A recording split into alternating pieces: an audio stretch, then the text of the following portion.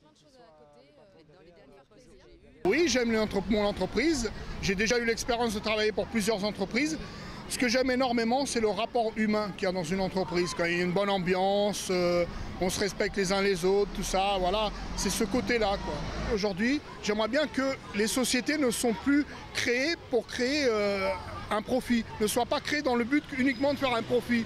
Je demande aux gens de se réveiller aujourd'hui, de nos jours, de créer des associations qui se regrouperaient pour créer des entreprises à but non lucratif.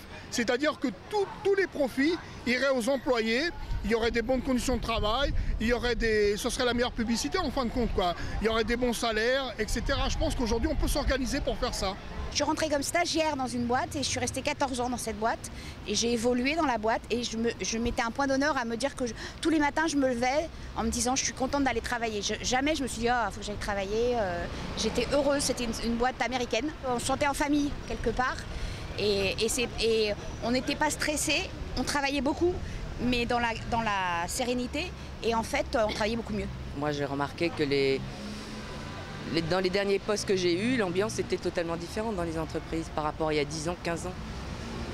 On tapait toujours sur le paternalisme en gros, mais le paternalisme avait du bon. C'est comme le machisme, ça a du bon aussi. Le paternalisme a totalement disparu et c'est vraiment dommage parce que un patron paternaliste, il s'intéresse aux gens qui travaillent avec eux. Maintenant, les gens ne s'intéressent plus à ces salariés, ne s'intéressent plus aux personnes, aux gens qu'ils sont. Il y a des gens qui aiment pas qu'il soit le patron derrière, toujours derrière. Moi, je suis quelqu'un comme ça. Moi, quand je fais mon travail bien, c'est-à-dire le patron il doit me respecter comme moi je respecte son travail, c'est tout. Hein. Alors moi, je me sens pas vraiment reconnue dans mon travail parce que c'est un travail où on n'est pas salarié, donc on est payé par cachet, donc c'est toujours aléatoire. Donc c'est difficile aussi de se trouver une place dans la société. Moi, il m'arrive de faire plein de choses à côté pour me faire plaisir. Par exemple, je fais des petites pochettes en cuir que je vends dans des petites boutiques, etc. Et ça, au départ, c'était un lobby, mais c'est devenu là où je trouve ma reconnaissance dans mon travail, etc. Donc j'ai su pallier un petit peu avec mes passions, ce qui me manquait dans mon travail. Toutes les entreprises où j'ai travaillé, je pense que oui, le travail que j'ai effectué m'a été bien rendu. Oui. Je pense que le salaire, c'est quand même ce qui motive le plus. En tant que chef d'entreprise, la chose la plus compliquée, c'est de former une équipe. Mais une fois qu'on est arrivé à faire ça, après ça roule.